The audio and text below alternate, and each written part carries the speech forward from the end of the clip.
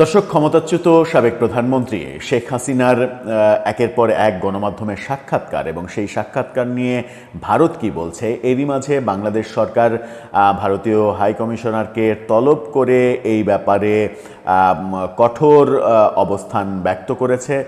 শেখ হাসিনা যেন ভারতীয় গণমাধ্যমের পৃষ্ঠপোষকতা না পায়, গণমাধ্যম যেন শেখ হাসিনার বক্তব্য প্রচার না করে, এরকম অবস্থান তীব্রভাবে ব্যক্ত করার পরে ভারতের অবস্থান কি?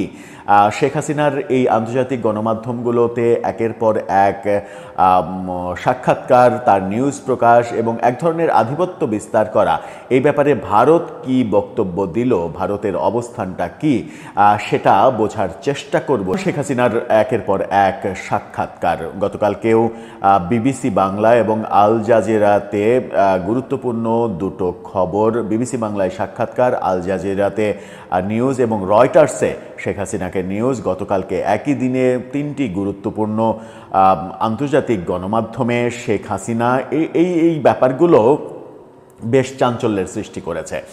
তারই পরিপ্রেক্ষিতে বারবার যেটা আলোচনা হচ্ছে যে শেখ হাসিনার এই আন্তর্জাতিক মিডিয়াতে যে অবাধ বিচরণ, সেই ব্যাপারে ভারত কি ভাবছে, বাংলাদেশ ভারতকে মানে স্ট্রংলি প্রতিবাদ করার কিংবা এগুলো থেকে বিরত থাকার ব্যাপারে বলার পরে ভারত কি অবস্থান ব্যক্ত করছে, সেটা মোটামুটি স্পষ্ট হয়ে যায় জাগো নিউজ 24-এর এই নিউজে, যার শিরোনামটা আপনারা দেখে নিতে পারেন। সেখানে বলা হচ্ছে, গণমাধ্যমের নিয়ন্ত্রণ আমাদের হাতে নেই, শেখ হাসিনা ইস্যুতে ভারত।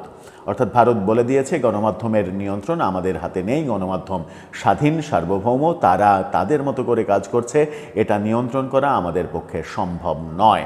তাহলে কি শেখ হাসিনার এই গণমাধ্যম অগ্রযাত্রা আরও বেগবান হবে? সেরকমটা হওয়ার সম্ভাবনাই মনে হচ্ছে। একের পর এক গণমাধ্যমে ইন্টারভিউ এবং এইসব পদক্ষেপে বুধবার ভারতের দূতকে ডেকে কথা বলার সুযোগ বন্ধ করতে যে বাংলাদেশ অনুরোধ করলো, কিন্তু এই পদক্ষেপে সত্যি কি শেখ হাসিনার বক্তব্য বন্ধ হবে কিনা, এটা নিয়ে নানা আলোচনা শুরু হয়েছে কূটনীতিক মহলে।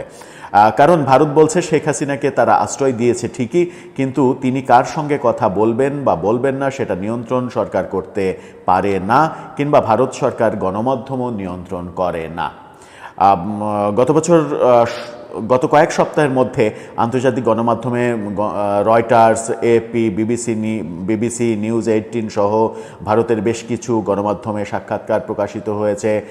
রাশিয়ান রাষ্ট্রীয় টেলিভিশন আরটিতে আওয়ামী লীগ নেতা মুহিবুল হাসান চৌধুরীর সাক্ষাৎকার প্রচারিত হয়েছে। বিষয়টিকে ইতিবাচকভাবে নিচ্ছে না বাংলাদেশ।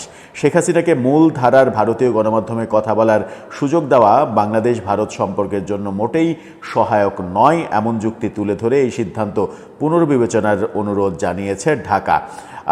বুধবার ভারতীয় হাই কমিশনারকে ডেকে এই অবস্থানটা ঢাকা তুলে ধরেছিল। কূটনৈতিক সূত্র বলছে, বাংলাদেশ তার অনুরোধ তুলে ধরলেও ভারত জানিয়ে দিয়েছে দেশটির গণমাধ্যম স্বাধীন, ফলে কে কার সাক্ষাৎকার নেবে বা প্রচার করবে তাতে সরকারের হস্তক্ষেপ করার কোনো সুযোগ নেই। সাক্ষাৎকার বন্ধ করতে ভারতের পক্ষে কোনো ব্যবস্থা নেওয়া সম্ভব নয়। অর্থাৎ ভারত সম্পূর্ণভাবে একেবারে পরিষ্কারভাবে না বলে দিয়েছে। যদিও বাংলাদেশ সরকার ভারতীয় হাইকমিশনারকে ডেকে এই কথা বলার পরে বাংলাদেশি কোনো গণমাধ্যম এর আগে এই তথ্য দেয়নি। বৈঠকের বিষয়ে ভারতীয় হাই কমিশনারের একটি সূত্র জাগো নিউজকে বলেছে, সেদিনের আলোচনা খুব আন্তরিক পরিবেশেই হয়েছে, বাংলাদেশ তাদের উদ্বেগ জানিয়েছে, আমরা আমাদের অবস্থান স্পষ্ট করেছি, এটা তারা জানিয়েছে। তার প্রশ্ন, ভারতের আগে পরে আরও কয়েকটি আন্তর্জাতিক গণমাধ্যমে শেখ হাসিনার সাক্ষাৎকার হয়েছে, সেসব দেশের দূতদের তো ডাকা হয়নি, তাহলে ভারতকে কেন আলাদা করে বলা হলো? খুবই গুরুত্বপূর্ণ একটা পয়েন্টে কথা বলেছে তারা। শুধু ভারতের গণমাধ্যমে তো শেখ হাসিনার সাক্ষাৎকার প্রকাশ হয়নি কিংবা নিউজ প্রকাশিত হয়নি। রয়টার্স আমরা দেখেছি, এএফপি দেখেছি, the Independent, the Week, Russian television, RT, এই যে গণমাধ্যমগুলো, পশ্চিমা গণমাধ্যমগুলো, এই পশ্চিমা এবং মানে মূলত পশ্চিম নিয়ন্ত্রিত গণমাধ্যমগুলোতে যে সাক্ষাৎকার, সেই সকল যেসব দেশের এই গণমাধ্যমগুলো, এছাড়া আমরা এপিতে সাক্ষাৎকার দেখেছি, এই গণমাধ্যমগুলো নিয়ন্ত্রণ যে সকল মানে গণমাধ্যমগুলো পরিচালিত হয় যে সকল দেশ থেকে, সেই সব দেশের রাষ্ট্রদূতদের ডেকে তো এই কথা সরকার বলছে না। সরকার আমেরিকার রাষ্ট্রদূতকে কিংবা ইংল্যান্ডের রাষ্ট্রদূতকে কিংবা রাশিয়ার রাষ্ট্রদূতকে, ফ্রান্সের রাষ্ট্রদূতকে ডেকে তো বলছে না যে এটা আপনারা বন্ধ করুন। তাহলে ভারতকে কেন বলছে, এই প্রশ্ন উঠেছে। এই বিষয়ে বাংলাদেশ সরকারের একজন কর্মকর্তা নাম প্রকাশ না করার শর্তে বলেন, সাবেক প্রধানমন্ত্রী ভারতে রয়েছেন, এ কারণেই ভারতের কাছে শেখ হাসিনার কথা বলা বন্ধের আহ্বান জানানো হয়েছে। সূত্র বলছে, বৈঠকে বাংলাদেশের পক্ষ থেকে আরও বলা হয়, মানবতা বিরোধী অপরাধে বিচারাধীন একজন পলাতক আসামিকে আশ্রয় দেয়া এবং তাকে বাংলাদেশ বিরোধী বক্তব্য দেওয়ার সুযোগ করে দেওয়া দুই দেশের দীর্ঘমেয়াদী সম্পর্কের জন্য ক্ষতিকর। নয়াদিল্লিকে এই বিষয়ে দ্রুত ব্যবস্থা নিতে অনুরোধ জানানো হয়েছে।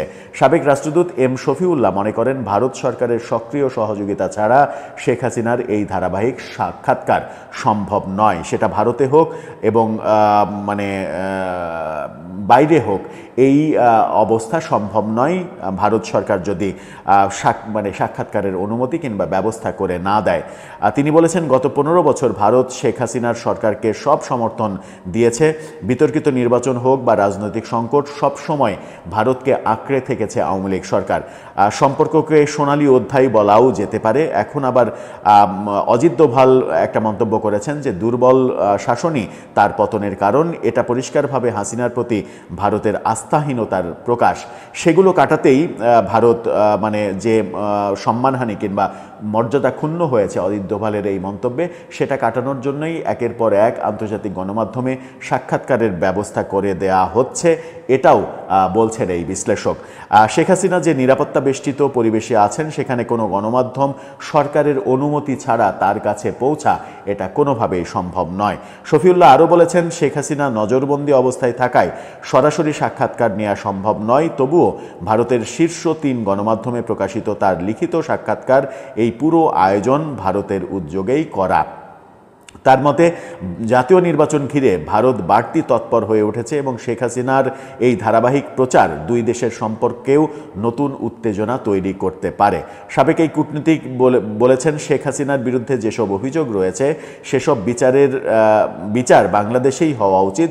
তাই ভারতের উচিত এদেশের মানুষের প্রত্যাশা বিবেচনায় নিয়ে আইনের শাসনের স্বার্থে শেখ হাসিনাকে দেশে ফেরত পাঠানো, যেখানে তিনি তার মতে ন্যায় বিচার নিশ্চিত করতে এবং দুই দেশের সম্পর্কে স্বচ্ছতা এবং আস্থার পরিবেশ তৈরি করতে ভারতকে এই বিষয়ে দৃঢ় অবস্থান নিতে হবে।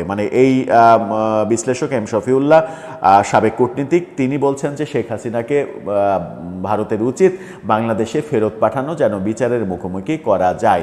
কিন্তু সেই অবস্থানে ভারত নেই। ভারত একেবারে উল্টো অবস্থানে।